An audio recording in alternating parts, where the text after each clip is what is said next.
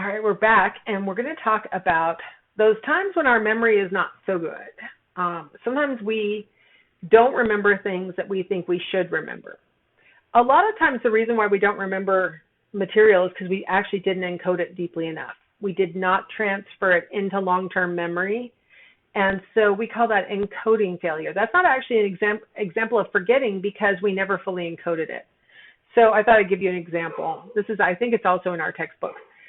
Which penny is real? And in class, we all talk about it. We talk about which ones we can easily eliminate and so on. And without getting out a penny, it can be kind of tricky because the truth is we don't look at them very closely. We know that it has Lincoln on it. We can all agree to that. But then it starts breaking down. Which penny is real? Well, the reason why we can't really remember is because we never really look that hard. We really don't internalize it because, who cares? We know the basic landmarks and we don't really need any more detail. When they invented the new penny recently, it really caught my attention because it looks far different from the old penny. So it did catch my attention, but I can't even tell you what that thing is that's on the back. I haven't looked at it closely enough. So which penny is real is a good example of encoding failure. We just didn't process it deeply enough. There are other good examples, like what color is the top stripe on the American flag? How many American flags have you seen in your life? A lot. But there's a moment where you're like, the good news is the top and the bottom ones are red because you have an odd number of stripes, and that red helps to keep it, sort of gives it borders, and so red is the answer to that. But a lot of times we just don't process deeply enough. So assuming that we have processed it deeply enough, we've paid enough attention, we tried to get it into our memory, and we even tested ourselves to make sure that it really was there. So we learned it, we waited at least 30 seconds, we tested ourselves again. Maybe we even took an exam, right? Maybe we even 24 hours later took a test and we did well on it.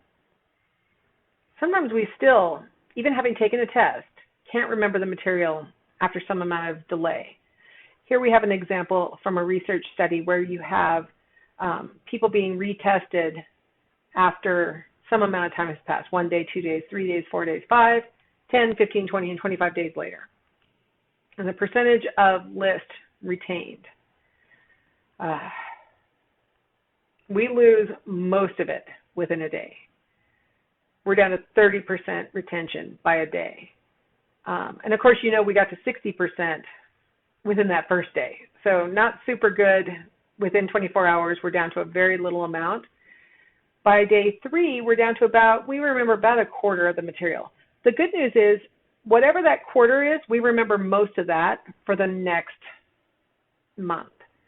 I did a study that I published recently where I had students retain information for a week in one of the studies, and in another study they had to remember it for a month. And I found this exact same thing, that if they deeply processed the material, they remembered more than if they shallowly processed it. But, by the end of that month, we were down to about 20% recall. No matter what task you did, the best possible encoding, you're down to about 20% by the end of a month. So it does drop off pretty quickly. And that brings up, I mentioned earlier, the difference between working memory and short-term memory. Your short-term memory is gone after 30 seconds.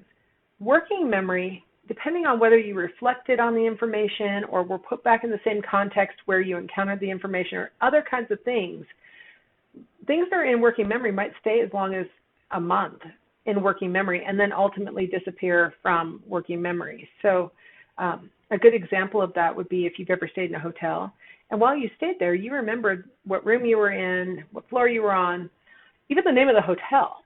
But wait a month, reflect back on it, and you may not even remember the name of the hotel.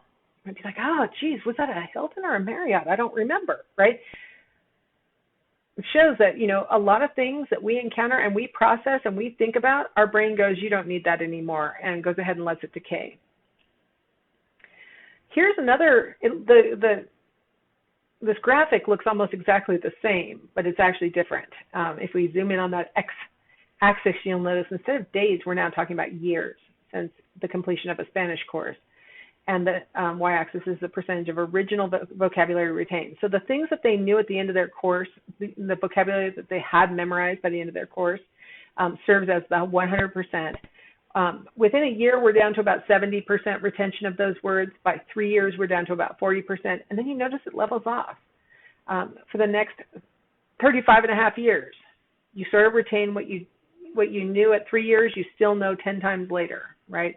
So the storage decay that happens really quickly, and then it levels off, and this is what you've got.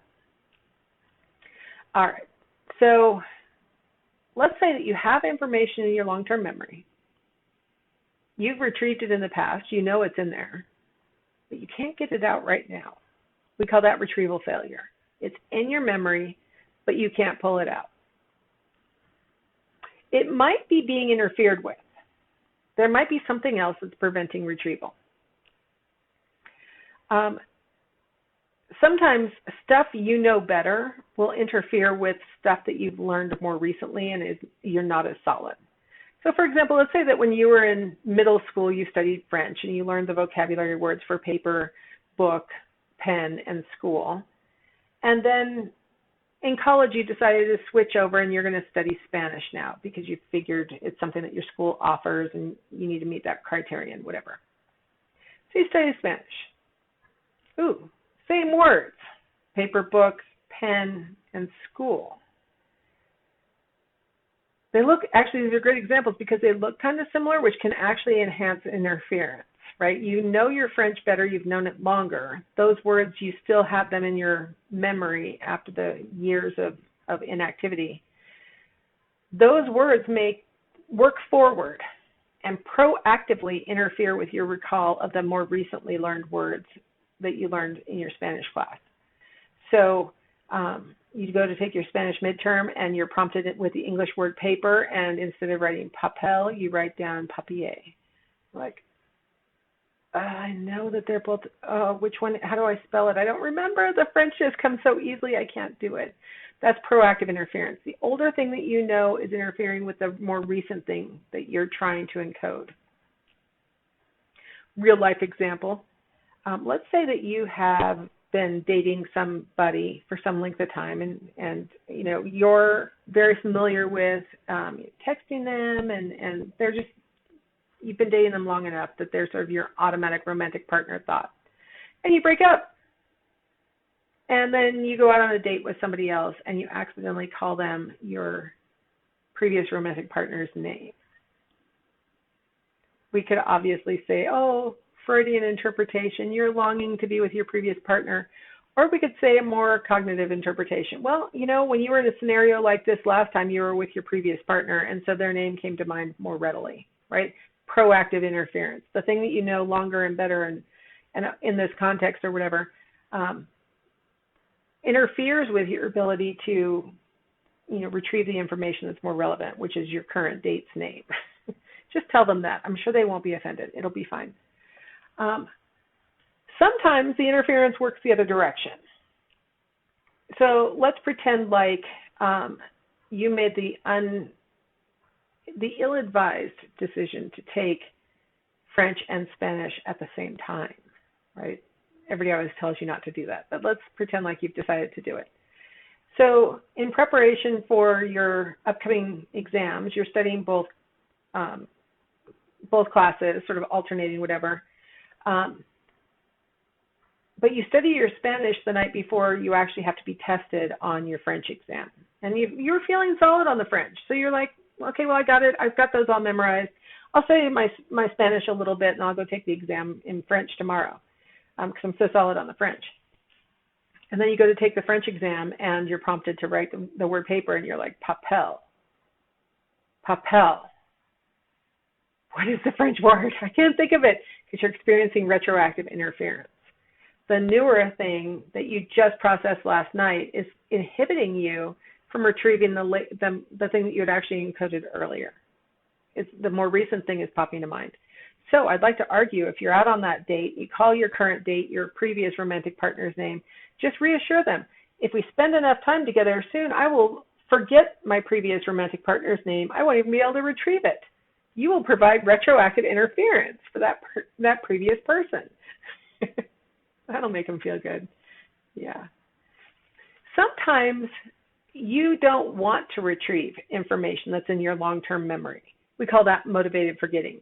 There's two main kinds. There's repression, which Freud coined that term, and this would be in those cases where the material is painful, embarrassing, traumatizing, something like that. You place that material into an unconscious state, he says, where then you prevent retrieval. And it takes some of your psychic energy, he called it. I would call it cognitive effort, but he called it your psychic energy, to keep that material in an unconscious state so that it won't accidentally be retrieved. So you're motivated to forget it because of the nature of the material.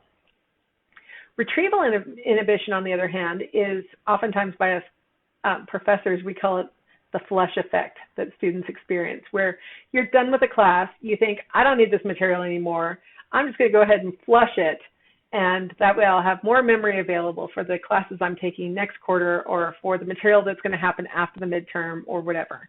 So you're experiencing what's called retrieval inhibition. We think that the material is still in your brain, and in fact, we can get you to reveal that it is through recognition tests and other kinds of tests that don't rely on retrieval. We can use rapid relearning tests, things like that. So we know it's still in your memory. What you're doing is inhibiting its retrieval so that you won't experience the inhibition, the interference that we talked about just a second ago, so that you won't have this old information that you think you're already done with interfering with retrieval of the new material that you're trying to learn. So you're motivated to forget because you don't think you need it anymore. So these kinds of motivated forgettings can cause you to think it's actually not in your head anymore. In both cases, the material is thought to still be in your head. I know that it is with material that you're inhibiting retrieval of in retrieval inhibition, because we can get you to show that you know it through other memory tests. I'm not sure about the whole process of repression. There's a lot of mixed data on that. But with retrieval inhibition, yeah, we know it's in there, and if we just give you the proper scaffolding, you can produce it. So it's clearly a motivated forgetting strategy. Now, something I alluded to when I was talking about flashbulb memories is that we oftentimes add in information to our existing memories, and we don't realize that we've actually altered that memory. We call that memory construction. Each time you retrieve a memory, you have to get all of the synapses related to that memory to fire in the correct sort of organization in order to reveal that memory. It's like twisting a kaleidoscope, and all the beads have to fall into the correct pattern in order for you to see the pattern that you're looking for. So with every memory, there's a chance that a node, a synapse that doesn't belong in this memory got activated and added itself into the memory. There's always the possibility that a node that's supposed to be part of the memory doesn't get activated and doesn't get included when it should. So think about your memory not as a videotape that is like a record of what happened, but instead think about it more like a kaleidoscope where all the pieces need to fall together for you to see that pattern again. I wanted to talk for a second about the misinformation effect. This is the idea that, let's say you were a member of this study that Elizabeth Loftus conducted in the 1970s, where people watched a videotape of an actual accident. So you're a so-called eyewitness to this accident. And let's say that this is what it looked like. We've got this kind of dent, this kind of glass on the ground. This is what we see. And you actually saw the film of it. So you got to actually see how fast they were traveling and stuff like that. Half of the participants in her study were asked, how fast were the cars going when they hit each other? Half of the participants were asked, how fast were the cars going when they smashed into each other? So you'll notice only the italicized words were different in the questions, right? Everything else is the same. Everybody saw the same video. Every other word in the question is the same. It's just hit versus smashed into. What we want to know is whether a person will internalize the different verbs that they were provided and reflect it in the answer that they give. And yeah, they do. Group B recalled much more damage, more glass on the ground than Group A did. In fact, here's the actual chart that represents how much broken glass they recall being present at the accident based on the verb that they experienced. So this verb served as information for the respondents. You know, right, the people had observed the accident. They're supposed to be estimating speed in this question, or in this question in the graph, they're supposed to be estimating how much broken glass was present. They don't really know the answer to this question, right? All they have is their memory and no way of measuring speed, or no way of measuring how much glass was there. So they're having to make an estimate. And what they're doing is using the verb as information that will help them to construct a memory that will give us an answer to the question, whether it's completely accurate or not, right? So when I hear hit, I go, well, they must have been going, I don't know, about 20 miles an hour. When I hear smashed into, I go, I don't know, they must have been going 35 or 40, right? Because you use the word smashed into. Why else would you have used that? So I use it as information, and we call that the misinformation effect. We internalize it into our actual memory. And then here's the thing. Later, if you're asked about this again, this memory has now been amended to include the concept of, let's say, smashed into, and your estimate that it was 35 to 40 miles an hour. That has now become part of the memory. So when you retrieve that memory again, now it was 35 to 40 miles an hour, and they did smash into each other, not that it was suggested. Your memory doesn't know the difference between what you actually experienced and what you added on later. So you now report this amended memory. So our memories are quite faulty because of this stuff. Source amnesia, I have a little video that I like to show in class about this. The idea is that we oftentimes can't remember where we got this information. Did it actually happen to me? Did I read it in a book or see it in a movie? Did my friend tell me about it? Like, how do I even know this? I oftentimes have students tell me something that I actually said in lecture as if they saw it somewhere else, like it was going to be news to me. Like, I said that 2 weeks ago. Like, really? I thought I saw it on TV. That's weird. It's very common for us to forget the source of the information that we are carrying. Now, it's normally fine. It doesn't matter as long as you know the information. Who cares, right? But it can have implications for, sometimes people will misremember bad things happening to them. And they'll have motivation to sort of distance themselves from what they think is the person who harmed them. Or they will, I was listening to a radio show where the host had his two brothers on, and they were talking about which one of the three of us actually broke our arm in this story. Now, you would think it would be super obvious to the one who actually broke their arm that, no, you guys, you're nuts. I'm the one who broke my arm, absolutely. But all three of them were that adamant. They all believed that back when they were kids, they were out playing in the woods. One of them tripped. All three of them believe it was them and broke their arm.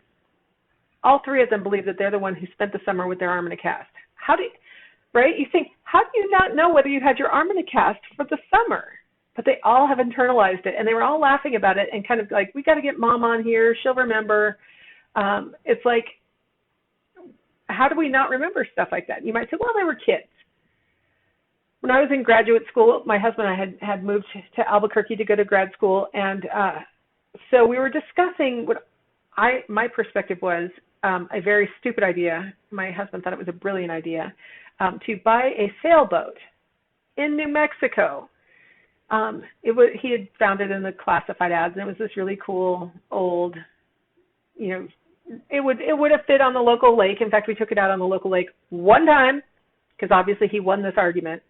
But we're having this discussion about whether we should buy this stupid sailboat or not, and I'm still not against it. But I gave in, and so we bought the stupid sailboat. But in the day that we were discussing the sailboat, we started talking about it over lunch, and he said, I really think we should get it. I said, I think this is a stupid idea. That's the gist of the conversation. And then we got into our little Mighty Max pickup truck and started to drive home. And both of us recall being the one driving home. Both of us believe we were the one who was driving the car, still having this conversation. Both of us recall being the one who downshifted while on the freeway, trying to emphasize our anger. And the truck did not react at all because it was just this little four-banger with absolutely no guts. And so when we whoever was driving downshifted, it didn't cause it to like go faster or do anything. It just went, oh, it was a terrible little truck. And it broke the tension, and we both remember laughing, but we both think we were the one driving. Is that hilarious or what? I literally think I was driving. I don't know why I think I was driving. I mean, odds are he was driving, but I can completely see myself being the one who downshifted. I don't know. Memory's weird. We don't remember what happened through our own eyes or through somebody else's retelling. That's pretty bizarre. So the last message about memory is just be careful. You should always say things like, I think I remember this. All right, I will see you in the next chapter.